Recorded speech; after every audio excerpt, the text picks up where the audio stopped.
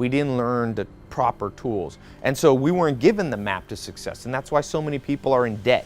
When becoming successful, one of the most impactful things you can do is just ask people. You never know what answers you're gonna get. You never know where you can go by just asking people a question. If you want to work on a project, ask their boss if you can work on that project. The worst case scenario is they tell you no and you didn't lose anything. Best case scenario, they let you do whatever you ask to do, and then it can extremely change your life. It can be super beneficial to you and the rest of your path going down life. Even if you have a crazy idea that you think is an incredibly good idea, man, we live in such a weak-willed society that people want to never learn. Go ahead and try to figure out a way to get that idea rolling. Ask people for help, ask people for knowledge, or ask people for their time. Just ask. It's never going to hurt you because they can just say no, and no harm, no foul. But if they say yes, that can radically change your life. And you'll never know that it could if you don't ask. That's one of the biggest things people don't understand, is it never hurts to ask. You could be thinking of something that somebody's always needed help with,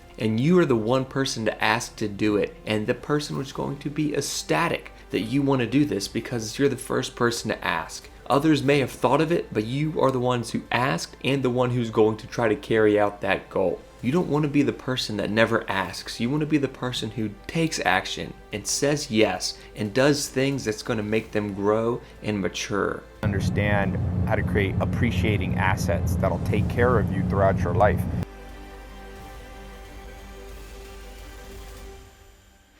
And he told me a couple years ago, he goes, you know what my conclusion is? After 12 years of study, Berkeley, it's all BS. You can only optimize for one thing at a time. So as I look back at my life, I think without knowing it, now I'm a little more clear, I've optimized for like adventure. And so there was a point in my life, I had an okay upbringing, but my dad was in prison when I was born. My mom was married and divorced a few times, and a lot of conflict. And at some point in my life, I picked up this book called Amish Society by Hofstadter, this professor. And I was fascinated. I was like, these people, these Amish people, have something that no one else in the United States and really the world has. And I was like, I'm gonna try an adventure. So I got on a bus, went to Lancaster, Pennsylvania, and I went to this little town called Bird in Hand. I'll never forget, I got off the bus, walked to this farm, this guy, Daniel Stolzfus, I had written him a letter and he said, you can come visit me. So I go, and it was instantly like being in a time machine back in the 1800s. I walked in the barn and he was shoveling apple pomace, which is when you make apple juice, you get the byproduct is this little fruit stuff.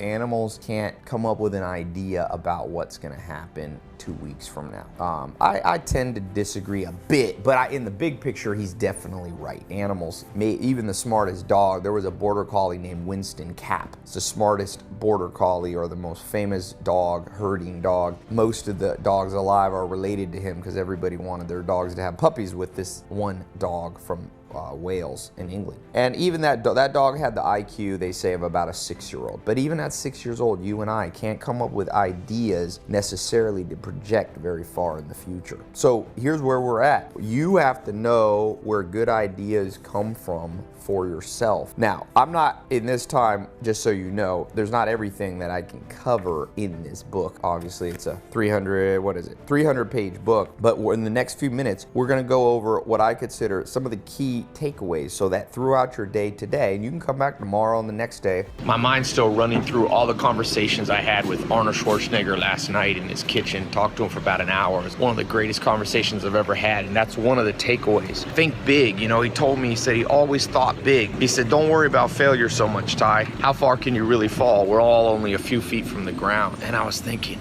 mentors, you know, he told me about his mentor, Reg Park, his first mentor. And I thought, that's what's wrong in the world. That's why it's so easy to feel lost. Who do we have guiding our way? You know, you got to go out and you have to find people. You have to find people who have done it before, who can shorten the path, who can keep you from failure. He told me, he said, don't fail too much. One of the reasons he doesn't procrastinate and can think big, he said, is because he at 20 years old won Mr. Olympia. So he said he got used to success and he tasted success. And so, you know, make sure you you find some little wins in life. Don't always lose. It's a myth that you only want to learn from mistakes. Well, you learn from mistakes. They don't have to be yours though. People. The number one thing that I learned that you can learn that will change your life, you have to know what motivates you. And it's different for different people. You might not care about cars. You know, you might like travel or freedom from a 9-to-5 job. Whatever your thing is, find out your mix. I wish the school system had taught us this. You know, we learn so many things that we don't need in school. You learn isosceles triangles and the history of Mesopotamia, but what about how to be productive, overcome procrastination, figure out what motivates you? For me, it's a mix of a little bit of materialistic things, some non-materialistic things like freedom and travel, ability to help other people, help my family, help charities. That mix gets me out of bed every day, and you gotta know yours. You need to have the right tools.